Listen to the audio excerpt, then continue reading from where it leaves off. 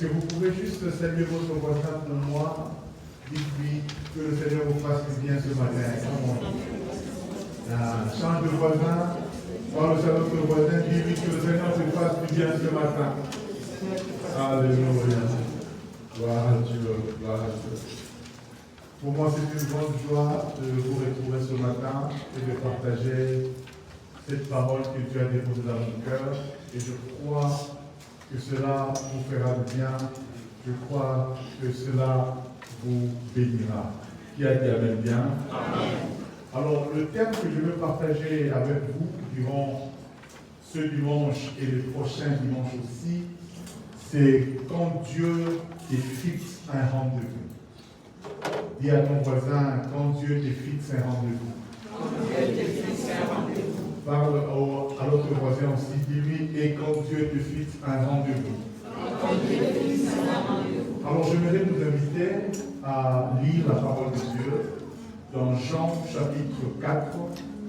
Jean chapitre 4. Il est vrai que durant tout ce dimanche, j'ai commencé du premier verset, plus ou moins jusqu'au verset 35. 35. Et même jusqu'au verset 42.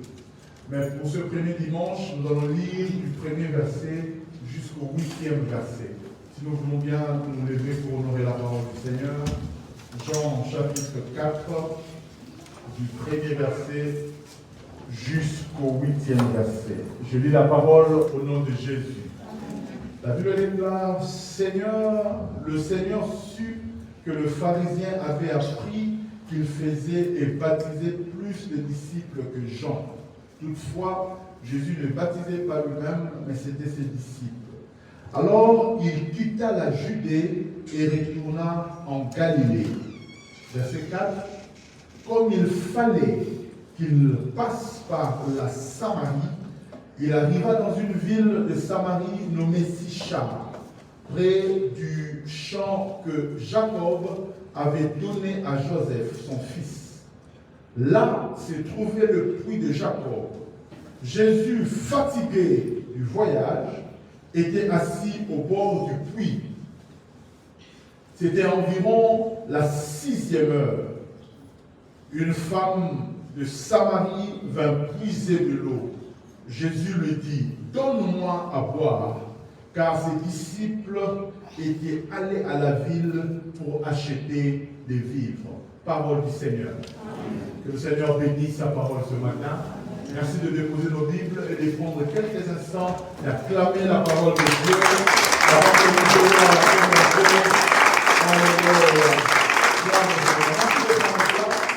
et que le Seigneur nous bénisse abondamment. Je disais que je vais parler ce dimanche et les dimanches qui suivent autour de ce thème quand Dieu te fixe un rendez-vous. Avant toute chose, j'aimerais aussi bénir le Seigneur pour le culte du dimanche passé. C'est vrai que je n'étais pas là, mais j'ai pu suivre le culte en ligne. Et j'aimerais vraiment dire merci à Dieu pour notre frère Christian qui nous a apporté une parole qui nous a vraiment bénis. Est-ce que quelqu'un a été béni le dimanche passé? Donc, s'il te plaît, je tes deux mains, célèbre le Seigneur, pour notre frère Christian, que le Seigneur le bénisse. Alléluia. Moi-même, j'ai été vraiment béni par son message et que le Seigneur soit loué. Quand Dieu te fixe un rendez-vous, par rendez-vous, j'aimerais qu'on puisse comprendre que quand on parle de rendez-vous, on parle d'une rencontre convenue entre deux personnes ou plusieurs personnes. Quand on parle de rendez-vous, on parle d'une rencontre convenue. Mais quand on parle du rendez-vous, on parle aussi d'un lieu de rencontre qui a été fixé à l'avance. Quand on parle de rendez-vous, on parle d'une rencontre convenue, mais on parle aussi d'un lieu de rendez-vous.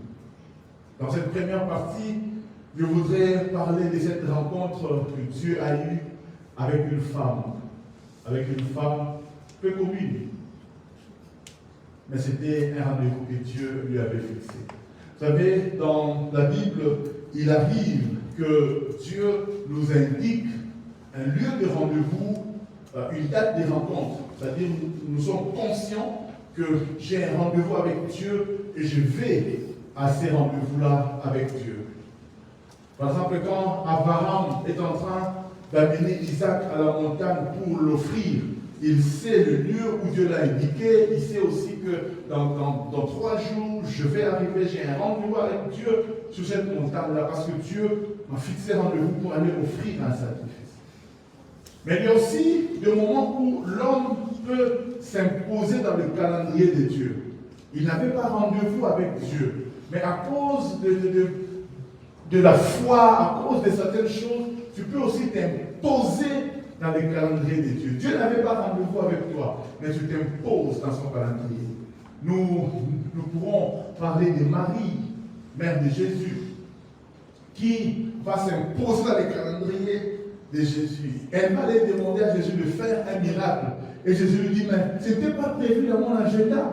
Je ne suis pas encore prêt. Mais la femme, Marie, dit aux serviteurs, faites ce qu'il vous dira. Et la Bible dit, Jésus était quelque part obligé de faire un miracle. Et la Bible dira que c'était le premier miracle public que Jésus avait accompli. Il y a aussi une femme dans la Bible qui perdait du sang. Jésus ne l'avait pas dans son agenda ce jour-là. Jésus allait vers la maison de Jairus pour guérir la fille de Jairus qui était malade. Mais cette femme-là qui perdait du sang avait tellement la foi qu'elle s'est imposée dans les rendez-vous de Dieu. Elle s'est imposée dans les calendriers de Dieu parce qu'elle avait la foi. Donc il y a ceux à qui Dieu donne rendez-vous et ils sont conscients que j'ai rendez-vous avec Dieu. Il y a ceux qui n'ont pas rendez-vous avec Dieu, mais qui s'imposent dans les calendriers de Dieu. Mais il y a aussi ceux qui ont rendez-vous avec Dieu, mais qui ne savent pas qu'ils ont rendez-vous avec Dieu. Au fait, Dieu leur a fixé un rendez-vous, mais ne leur a rien dit. Ils ne sont pas au courant qu'ils ont rendez-vous avec Dieu. Et pourtant, dans les calendriers de Dieu, Dieu sait que j'ai un rendez-vous avec une telle ou une telle autre personne. Et aujourd'hui, c'est peut-être à cette catégorie de personnes que je suis venu parler ce matin. Je suis venu parler à quelqu'un ce matin pour lui dire que tu as un rendez-vous avec Dieu. Amen. Je ne sais pas pourquoi tu es venu ce matin. Il se fait que tu es venu juste pour venir. Certains sont venus juste seulement, comme on dirait, par hasard. Mais je voudrais te dire que ce n'est pas un hasard. Si tu es là ce matin, c'est parce que Dieu a un rendez-vous avec toi. J'aimerais dire ce matin que quelqu'un a un rendez-vous avec le Dieu qui sauve. Tu as un rendez-vous avec le Dieu qui guérit. Tu as un rendez-vous avec le Dieu qui bénit. Tu as un rendez-vous avec le Dieu qui relève. Tu as un rendez-vous avec le Dieu qui restaure. Tu as un rendez-vous avec le Dieu qui change la vie des hommes. Tu as un rendez-vous avec le Dieu qui délivre. Je ne sais pas à qui je parle, mais j'aimerais te dire que tu as un rendez-vous. Tu ne le sais peut-être pas encore, mais tu as un rendez-vous. Cette femme, quand elle quittait chez elle, elle ne savait pas qu'elle avait un rendez-vous. Toi aussi, tu es venu à l'église, peut-être par habitude. Mais ce matin, je suis venu dire à quelqu'un que tu as un rendez-vous. Dis un peu à ton voisin, j'ai un rendez-vous. Comment? Tu n'as pas un rendez-vous avec n'importe qui, tu as un rendez-vous avec le Dieu d'Israël. C'est lui qui est capable de m'ouvrir la mer rouge en deux et de faire traverser tout un peuple à pied sec. Tu as ce rendez-vous avec ce Dieu qui est capable de ex nihilo de créer ce monde merveilleux que nous avons. Je vais dire à quelqu'un, tu as un rendez-vous. Et avec, pas n'importe qui, avec le Dieu créateur. C'est lui qui fait les opérations sans cicatrice. C'est lui qui, même à la femme stérile, peut donner jusqu'à 7 enfants. Je te parle d'un Dieu qui est capable de rien de te donner tout. Cette femme avait un rendez-vous. La Bible dit qu'il fallait que Jésus quittât la Judée pour la Galilée. Il devait quitter Judée pour la Galilée. C'était un peu comme aller du nord jusqu'au sud. Mais seulement, il y avait un problème. C'est que Israël était divisé en deux et il y avait une grande partie qui était occupée par ce peuple qu'on appelait les Samaritains. En fait, c'était des Juifs, mais qui se sont un peu rebellés du royaume de Juda, du royaume de David, pour être un peu plus compréhensible. Et il y avait donc un schisme, une séparation entre le 12 tribus d'Israël. Il y avait 10 à un moment qui étaient déloyales vis-à-vis de la descendance de David, et il n'y a eu que 2 qui étaient loyales à la descendance de David. Alors ceux qui s'étaient éloignés de la descendance de David, avec, je pense, Roboam ou Jéroboam, ils ont constitué ce qu'on appelle la Samarie. Et ceux-là étaient considérés par les autres juifs comme étant le païen. Parce que les Samaritains, à un moment, ils étaient liés avec le païen, avec le culte paganisme et tout ça. Donc, on les appelait beaucoup plus de païens que de juifs. Alors, pour un juif pur, pour un juif orthodoxe, pour un juif passé par la Samarie, c'était pratiquement impossible. Parce que pour eux, c'était une terre souillée. C'était une terre souillée. C'est-à-dire, pour aller les Judées jusqu'à la Galilée, il y avait plusieurs routes. Mais la route la moins longue, ça passait par la Samarie. Donc, pour aller, ils devaient un peu passer par la côte de la mer Méditerranée, en fait, faire un grand détour. Ou passer par la Pérée, mais ça constituait un grand détour. Mais si tu voulais vraiment aller un peu plus rapidement, il fallait passer par la Samarie. Et dans le verset 4 de Jean, chapitre 4, il nous est dit que parce qu'il fallait que Jésus, comme il fallait qu'il passe par la Samarie, comme il fallait. Dans le texte grec, le verbe qui est utilisé, c'est le verbe dei, devoir. Comme il fallait, comme il devait. C'est-à-dire, c'est comme si Jésus devait passer par la Samarie. Mais ce n'est pas seulement parce que Jésus ne voulait pas faire le détour. Il devait passer par la Samarie. Ce n'est pas parce qu'il était pressé qu'il voulait ne pas faire le détour, parce que plus tard, dans le verset 40 de ce chapitre, nous verrons que les Samaritains lui ont demandé de rester. Et la Bible dit que Jésus est resté encore 2 jours avec eux. Donc, ce n'était pas une question d'être pressé. Jésus n'était pas pressé. Mais seulement, le verbe qui est utilisé, dei, devoir, il devait passer par la Samarie, sous-entend que ce devoir était plus lié à la mission qu'il avait. Jésus sentait qu'il avait une mission à faire à la Samarie. Et particulièrement, Dieu, Jésus, avait un rendez-vous avec quelqu'un. Donc, il devait passer par là. Il devait passer par là. J'aimerais dire à quelqu'un, peut-être que tu ne le sais pas, mais Dieu a certaines obligations vis-à-vis de toi. Non, tu ne me crois pas. J'ai dit, Dieu a certaines obligations vis-à-vis de toi. Tu sais, quand tu deviens un enfant de Dieu, tu ne dois pas penser que Dieu est un père irresponsable. Dieu est ton père. Quand tu donnes réellement ta vie à Jésus, la Bible déclare à tous ceux qui l'ont reçu, à tous ceux qui croient en son nom, il leur a donné le pouvoir de devenir enfants de Dieu. Quand tu es un enfant de Dieu, ça veut dire que Dieu est ton Père. Il y a certaines choses pour lesquelles tu n'as même pas besoin de prier, mais Dieu est obligé de le donner. Parce que c'est son devoir. Il fallait qu'il passe par la Samarie.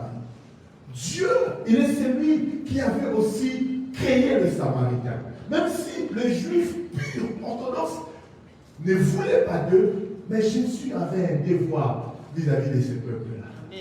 Est-ce que tu me comprends? Amen. Dieu a un devoir vis-à-vis de toi. Peu importe ce que les hommes disent à ton propos, peu importe ce que la situation te fait penser, mais ce matin, je voudrais dire à quelqu'un que Dieu a un devoir vis-à-vis de toi. Je disais, Dieu a un devoir vis-à-vis de toi. Si tu peux seulement croire, tu verras la gloire de Dieu qui t'amène bien. Donc ce rendez-vous dont je vous parle, ou cette rencontre dont je vous parle, c'est un peu une rencontre insolite. Parce qu'il s'agit d'un Dieu et d'un humain. La rencontre dont je vous parle, le rendez-vous dont je vous parle, c'est le rendez-vous d'un Dieu et d'un humain. C'est le rendez-vous d'un juif pur et d'une samaritaine. C'est comme si ces deux personnes qui n'étaient pas censées se rencontrer, mais qui vont se rencontrer. Je sais que pour certains ici, tu ne crois même pas que Dieu peut te rencontrer. Mais je te parle d'un Dieu des rencontres improbables. Alléluia. Là où tu n'entends pas Dieu, c'est là où tu le verras. C'est la rencontre d'un homme sérieux et d'une femme prostituée. C'est la rencontre du blanc et du noir. C'est la rencontre de la lumière et des ténèbres. C'est-à-dire, normalement, il n'y a pas de rapport. Et j'aimerais te dire ceci, parce que Dieu t'aime, il est capable de briser certaines lois. Parce que Dieu te veut, il est capable de briser certains protocoles. Parce que Dieu te veut. Parce que Dieu te veut. Alléluia. Vous savez, ce que j'aime, c'est que Dieu n'est pas venu pour des personnes qui sont en bonne santé, des personnes pures, des personnes sans péché. Non, Dieu est venu pour les pécheurs.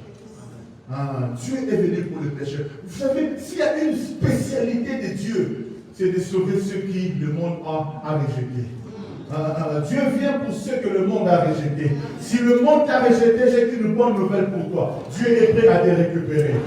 Dieu est prêt à te récupérer. Vous m'avez jeté, vous m'avez délaissé, vous m'avez insulté. Ce n'est pas un problème. Pour Dieu, il est celui qui récupère ce que le monde a rejeté.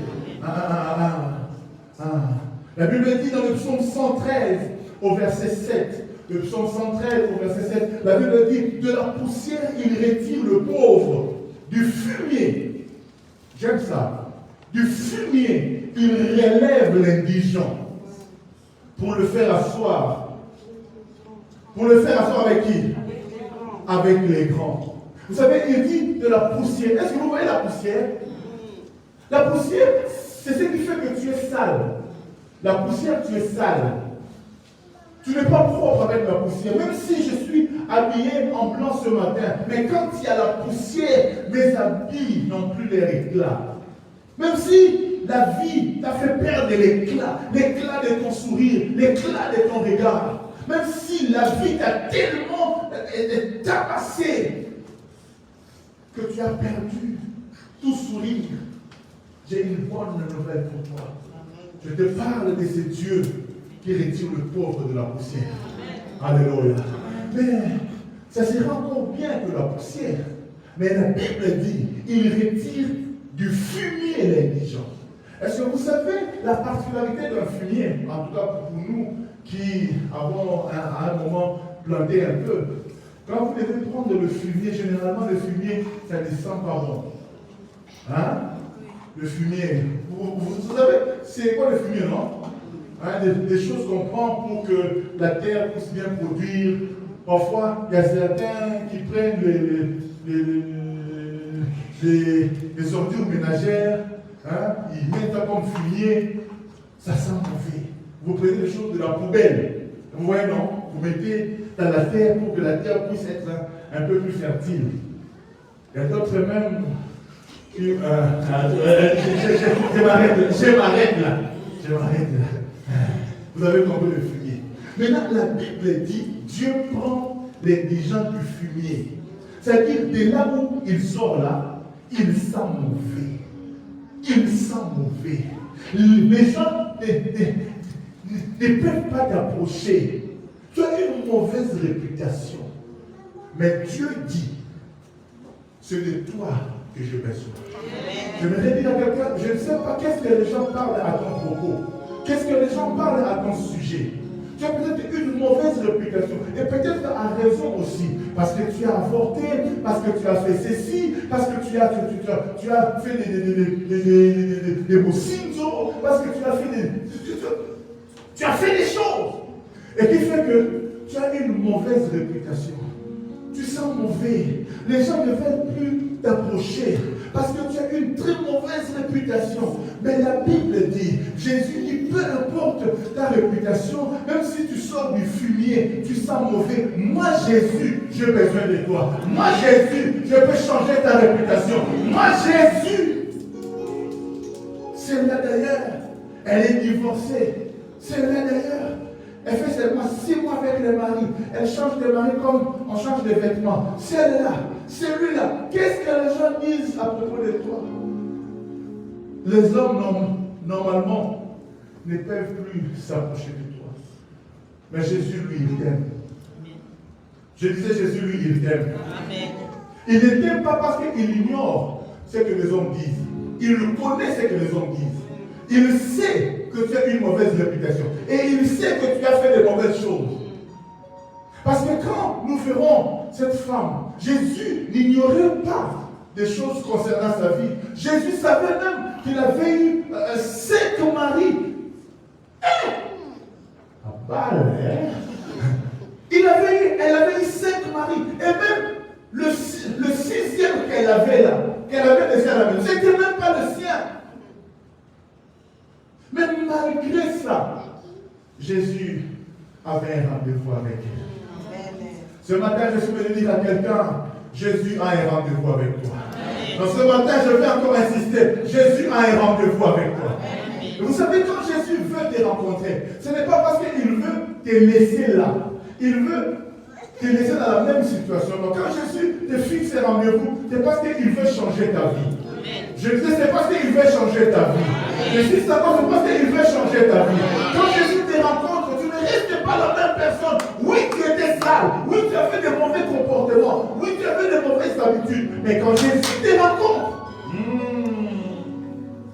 la femme qui criait, qui parlait, la femme qui sortait avec des hommes à ne plus compter, ne restera pas la même personne.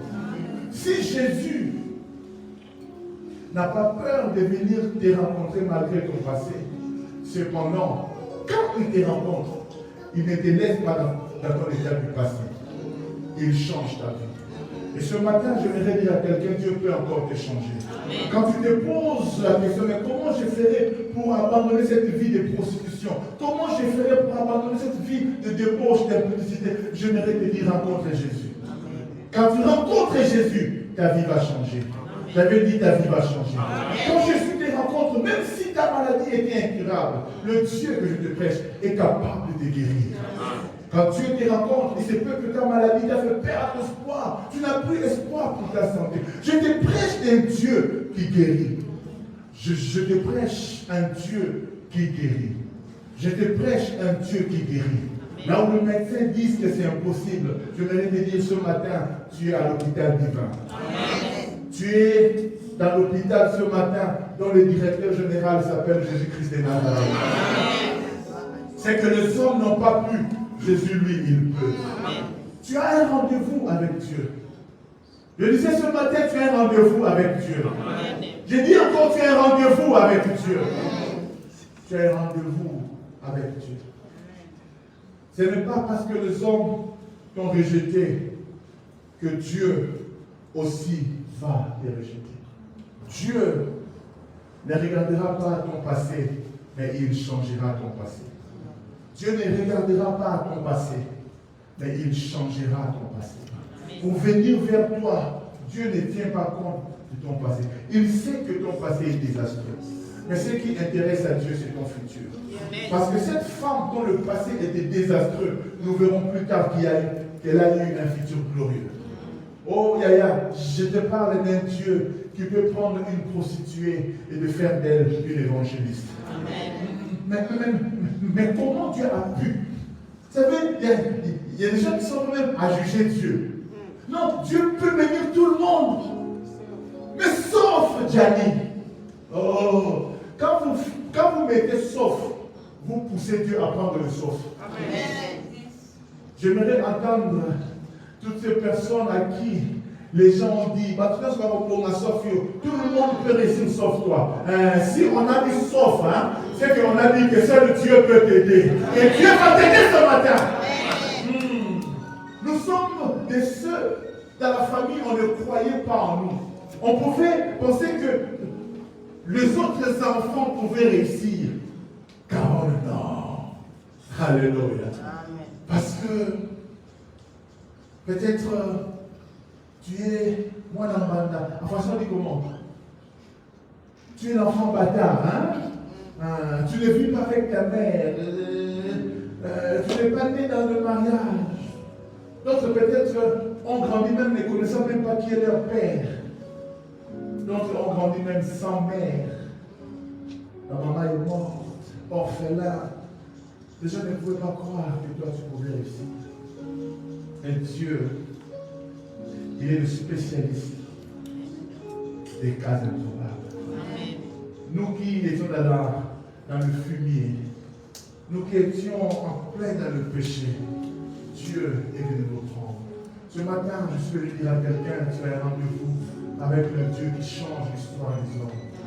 Vous savez, Dieu, il a pris un homme comme Abraham.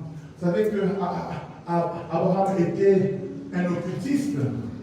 Abraham était un occultiste. Abraham était un idolâtre. Abraham était même un lâche, capable de vendre sa femme.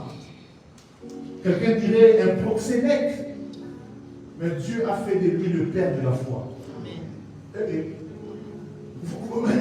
Regardez cet homme Abraham. Dieu fait de lui le père de la foi. Un homme comme Moïse. Moïse était instruit dans toute la science égyptienne. C'est-à-dire qu'il connaissait la magie, la sorcellerie de l'Égypte. Moïse était un magicien sorcier, formé dans la sorcellerie, devenu même grand maître en sorcellerie. Mais Dieu va prendre un sorcier pour faire de lui le plus grand apôtre en Israël, qui a occupé même à un moment les rangs du chef d'État en Israël. Dieu va prendre un homme comme David. Déjà, c'était un simple berger. Il va faire de lui un roi. Non pas seulement ça, plus tard, ce berger-là va devenir un meurtrier, un impudique. Mais cela n'a jamais changé la pensée de Dieu sur lui. Dieu continue à l'appeler l'homme selon mon cœur. Dieu continue à l'appeler grand roi en Israël. Dieu lui donne même une descendance éternelle, malgré. Dieu prend des gens avec de mauvaises réputations, avec de mauvais passés, mais il leur donne un futur glorieux. Est-ce que toi, tu as commis les péchés plus qu'Abraham? Toi, tu es devenu grand sorcier comme Moïse? Que les grands sorciers disent Amen. Heureusement que vous n'êtes pas là.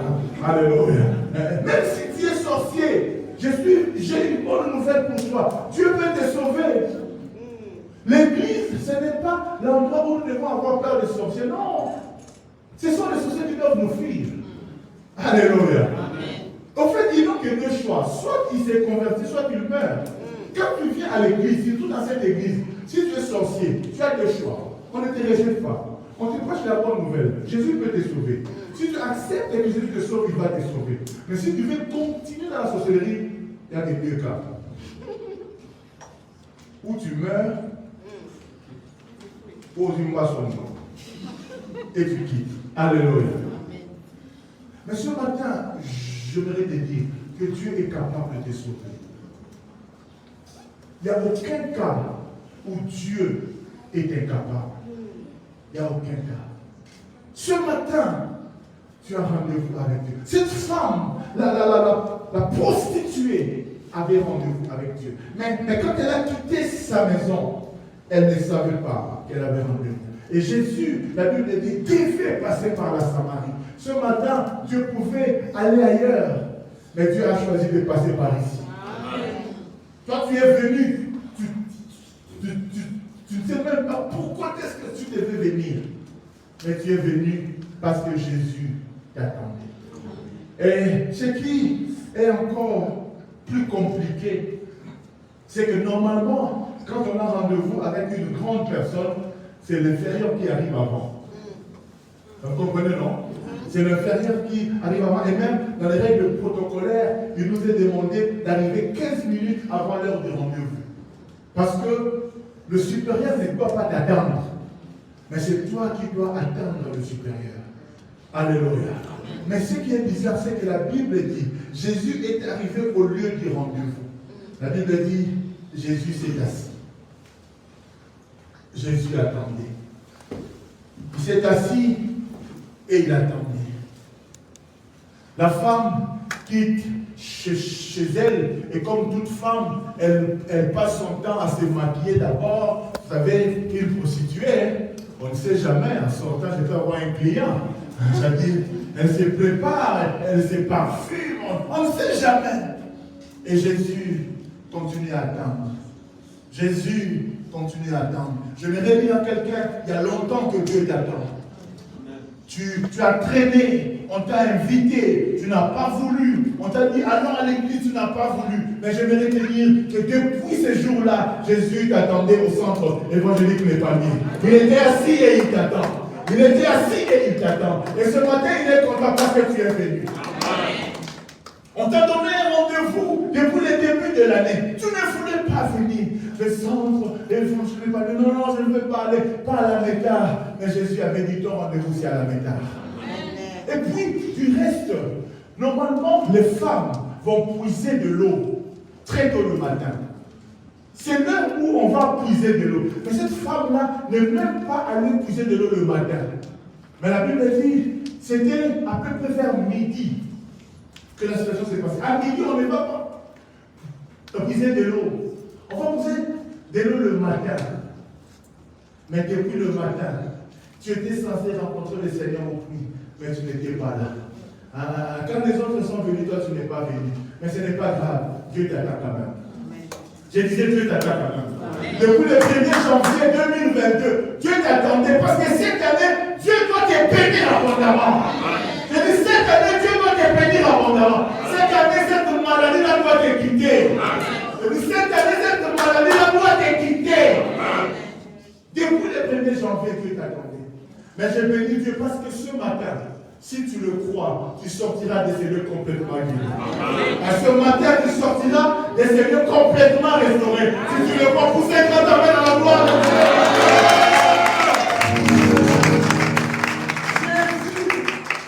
Dieu. Jésus assis. Nous avons dans ma vérité. Un Dieu assis par terre pour toi. Mais il attend. Il attend. Seigneur, mais pourquoi tu peux attendre une prostituée? Ce n'est pas votre problème, je l'attends. Seigneur, mais pourquoi tu peux attendre un voleur? Ce n'est pas un problème, je l'attends. Seigneur, mais il n'est même pas ministre, il n'est pas fils du préfet, il n'est pas fils du président. Ce n'est pas un problème, je l'attends. Ce matin, je me dire que Dieu t'attend. Dieu t'attend. Ça ne va pas dire zéro. Dieu t'attend. Dieu t'attend. Les gens peuvent dire tout ce qu'ils veulent, Dieu t'attend. Est-ce que tu peux dire à ton voisin, Dieu m'attend, Dieu m'attend, Dieu m'attend. Ça passe là, ça passe là. Oh, mais c'est moi qui dois attendre Dieu. Mais comment est-ce que Dieu peut m'attendre? Parce que Dieu est Dieu. Parce que Dieu, il t'aime. Ce que ton père ne peut pas faire pour toi, ce que ta mère ne peut pas faire pour toi, même ce que le président Macron ne peut pas faire pour toi, Dieu, il t'attend. Parfois, il a mal parce qu'à 12 heures, avec la chaleur, le soleil devient. La terre devient chaude. Jésus bouge à cause de la chaleur, mais il t'attend quand même. Il t'attend quand même. Dieu peut fier, vous aurez avalé. Mais Jésus t'attend. Il y a certains, on les a évangélisés, viens à l'église, ils ne veulent pas. Mais ce n'est pas un problème. Jésus t'attend quand même. Il y a certains qui sont venus à l'église après 10e, 15e rendez-vous. Mais quand tu les rencontres, le problème c'est qu'ils t'attendent parce qu'ils savent que tu vas les rencontrer. Jésus est assis, il t'attend. Il t'attend. Et tu sais, pourquoi est-ce que Jésus s'assoit par terre pour t'attendre? Parce qu'il sait aussi que pour certains, je ne dis pas pour d'autres, mais pour certains, d'autres sorciers s'étaient aussi assis par terre pour te maudire. Il y a des gens, avant de là on a fait, les gens se sont assis par terre pour te maudire. Toi, si je ne suis pas ta tante, tu ne vas pas raison de la vie. Jésus a dit, ils se sont assis. Moi aussi, les dieux, je vais m'asseoir. Il y a des gens qui sont spécialistes dans le ciel. Dans le ciel, on va combattre. Ça dit, yes, pas au ciel. Ils t'ont menti, ils ont parlé de mal contre toi en s'assoyant par terre. Jésus aussi va s'asseoir par terre. Parce que on appelle au ciel. Dis à ton voisin, je ne suis pas au ciel là-bas.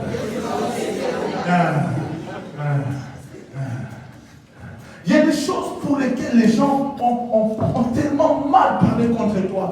Ils t'ont maudit, ils ont maudit ta terre. Mais sur ton lieu du rendez-vous, avant même que tu n'arrives, Jésus est déjà assis. Et il t'attend. Dis à ton voisin, Jésus m'attend. Maman les cassieta, papa les cassieta, non pas sieta. Les gens parlaient du mal contre toi.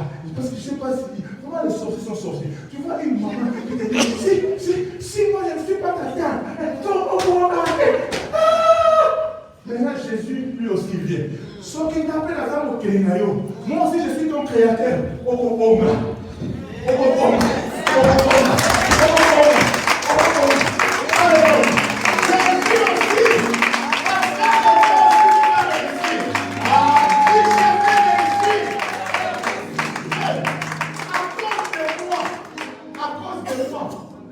Un créateur s'est assis par terre. Je dis à cause de toi, Dieu s'est assis par terre. Et il a dit qu'on ne veille pas au bon. Tu réussiras. Même si ton père t'a maudit, même si ta mère t'a maudit, Dieu, Jésus, s'est assis par terre. Je disais à cause de toi. J'avais dit à cause de toi. J'avais dit à cause de toi. Je ne parle pas à ton voisin. C'est à toi que je parle. Je dis à cause de toi. S'asseoir par terre, c'est un peu comme une humiliation. Un Dieu s'asseoir par terre parce qu'il t'attend. La Bible dit, passez mes précieux, nous avons été guéris. Dieu a accepté qu'on puisse le flageller, connaître l'humiliation, parce qu'il a voulu te sauver. En ce premier dimanche où je ne fais que introduire ce message, mon but à moi, c'est de te faire comprendre que tu as un rendez-vous avec Dieu. Quel que soit ton passé, Jésus est prêt à te pardonner. Mais il ne te pardonne pas pour que tu restes dans le même état. Il te pardonne pour que ta vie change. Tu as commis des erreurs, je suis le premier à les avoir commises. Moi aussi qui vous prêche, j'ai un passé. J'ai commis des erreurs, j'ai commis des fautes. Mais ce matin, si tu es prêt à changer, si tu es prêt à rencontrer Jésus, Dieu est prêt aussi à te donner un futur qui est à 1000 lieues de ton passé. Je ne sais pas quelles sont les malédictions qui sont sur toi. Je ne sais pas quels sont les blocages que tu as rencontrés ou que tu rencontres. Mais ce matin, Dieu t'a fixé en lui. Parce qu'il veut changer ta vie. Je ne sais pas ce que le médecin t'a dit. Je ne sais pas ce que le médecin t'a donné comme option. Je ne sais pas ce que le médecin t'a donné comme durée de ta vie. Mais je voudrais te dire ce matin, Dieu est capable. Le Dieu que tu viens rencontrer ce matin, si tu veux le rencontrer, ce matin, quelque chose va changer. Il y a un poids qui va tomber. Il y a une maladie qui va te laisser. Nous sommes au lieu du rendez-vous. Le rendez-vous de la guérison, le rendez-vous du pardon, le rendez-vous de la restauration, le rendez-vous des nouvelles amours. Ce matin, j'aimerais que tu crois en ces dieux-là. Ainsi, je t'invite simplement à t'élever, parce que j'aimerais que nous puissions prendre un temps pour la prière. J'aimerais t'inviter à t'élever et à être conscient que je ne suis pas là juste parce que je devais venir. Mais ce matin, je vais rencontrer un Dieu. Je vais rencontrer le Dieu créateur. Dieu est capable de faire tout ce qu'il dit, il fera. Il accomplira tous ses promesses envers toi.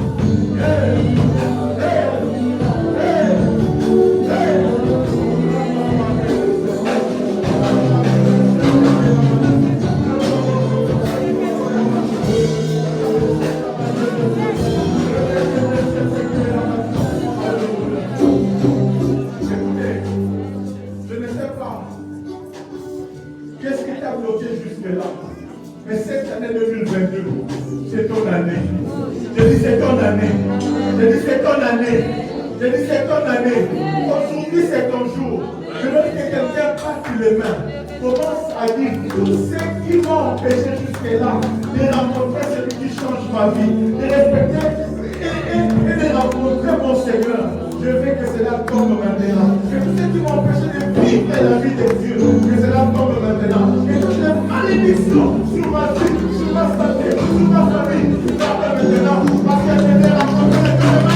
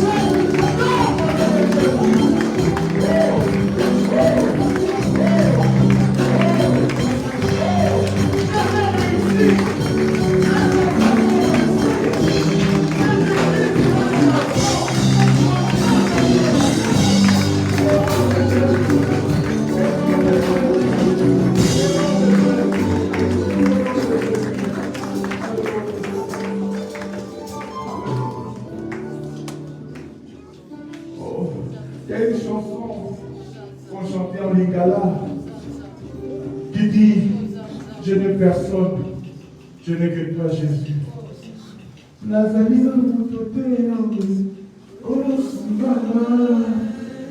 Est-ce que vous la connaissez?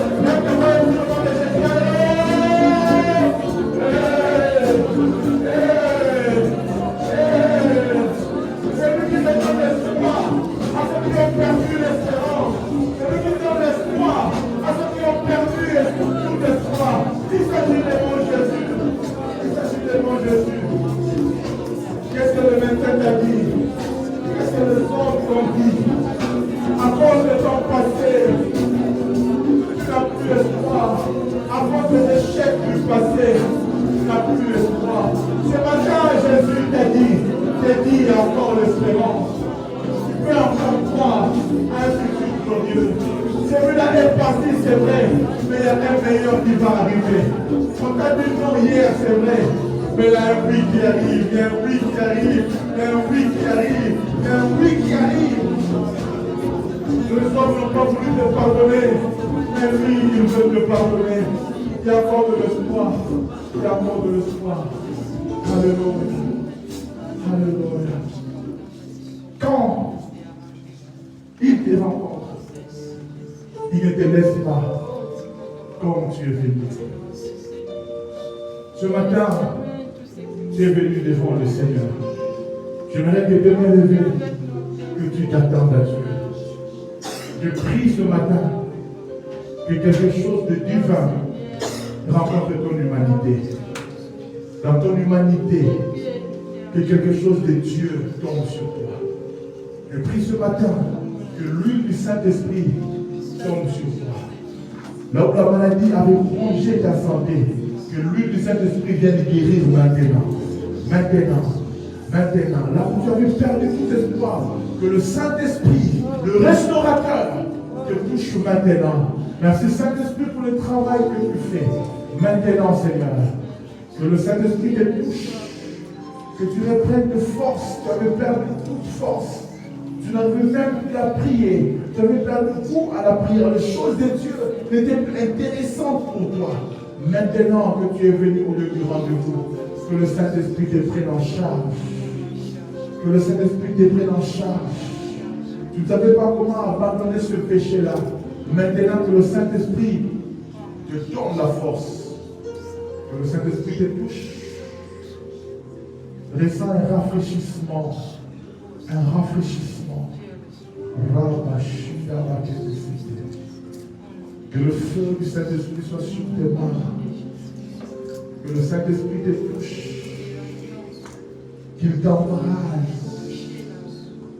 Qu'il t'embrase.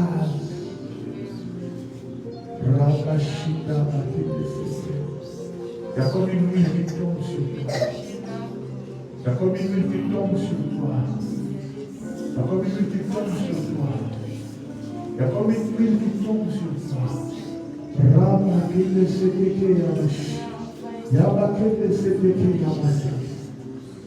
Je vois comme une huile qui tombe sur toi. Tu sens comme une fraîcheur dans ton corps, comme un froid dans ton corps. Le Saint-Esprit est en train de déposer quelque chose sur toi maintenant que je parle. Il y a une vie qui est restaurée maintenant.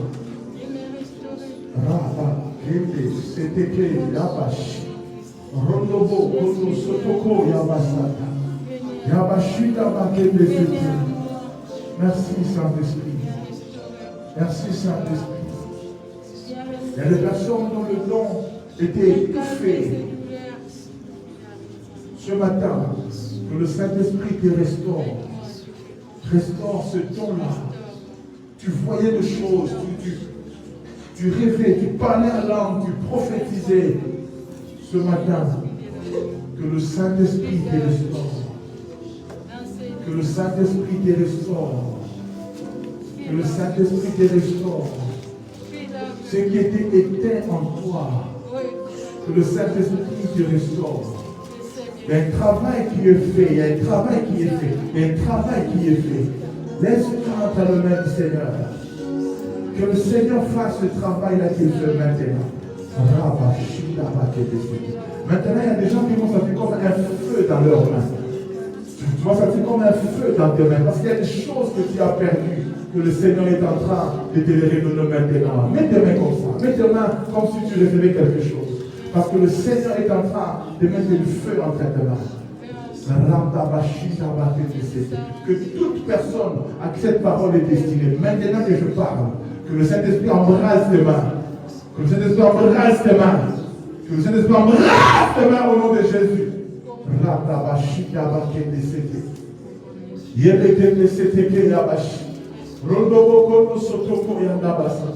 Tu avais rendez-vous avec le Seigneur maintenant.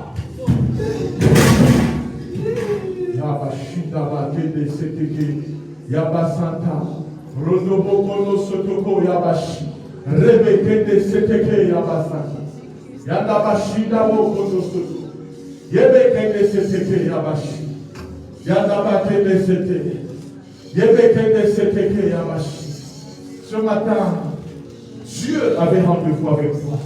Tu ne sortiras pas de ces lieux comme tu es entré.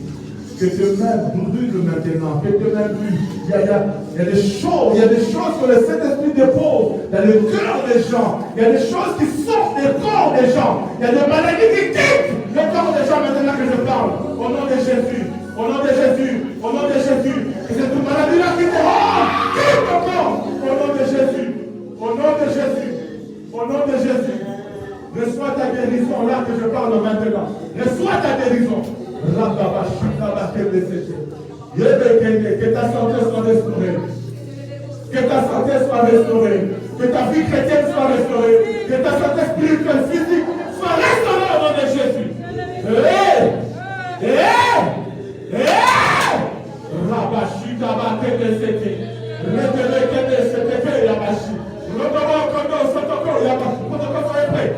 Que vos souffle maintenant. Au nom de Jésus. Au nom de Jésus. Au nom de Jésus. Au nom de Jésus.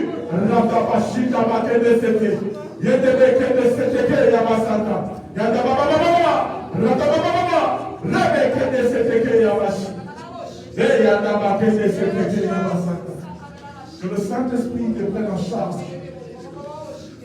Oh, oui, oui, oui, oui, oui, oui. Oui, oui.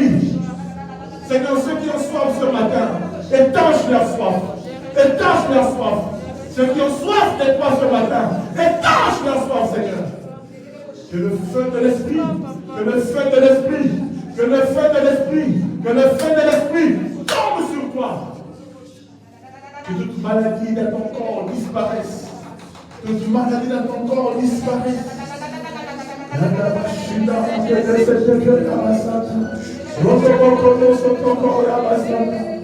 Je te libère de cette maladie.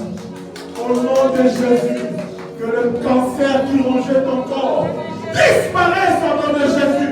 Je chasse l'esprit derrière ces cancers-là de ton corps. Quitte.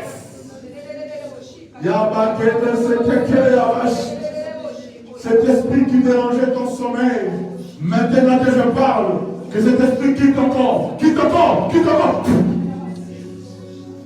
Au nom de Jésus, au nom de Jésus, au nom de Jésus, au nom de Jésus, au nom de Jésus. Tu étais troublé, tu étais anxieux. Reçois la paix du Seigneur au nom de Jésus-Christ de Nazareth.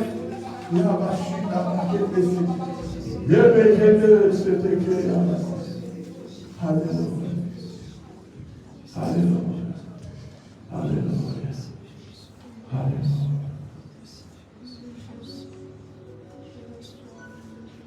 Merci Seigneur.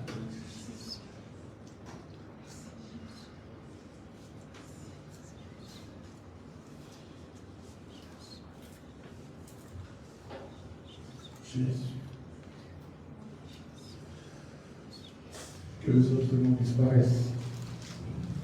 Que les autres noms disparaissent. Que celle de Jésus soit élevé. Que les autres noms disparaissent.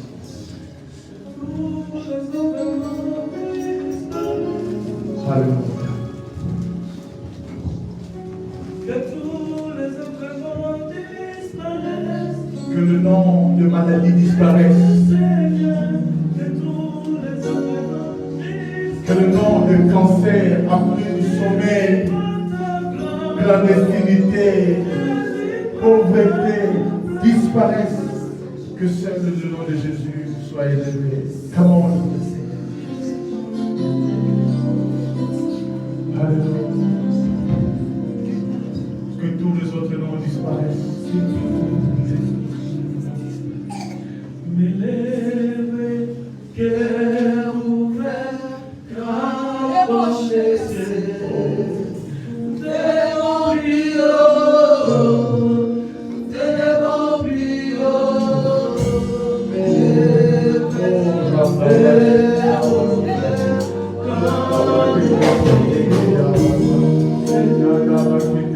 Seigneur, nous t'aimons.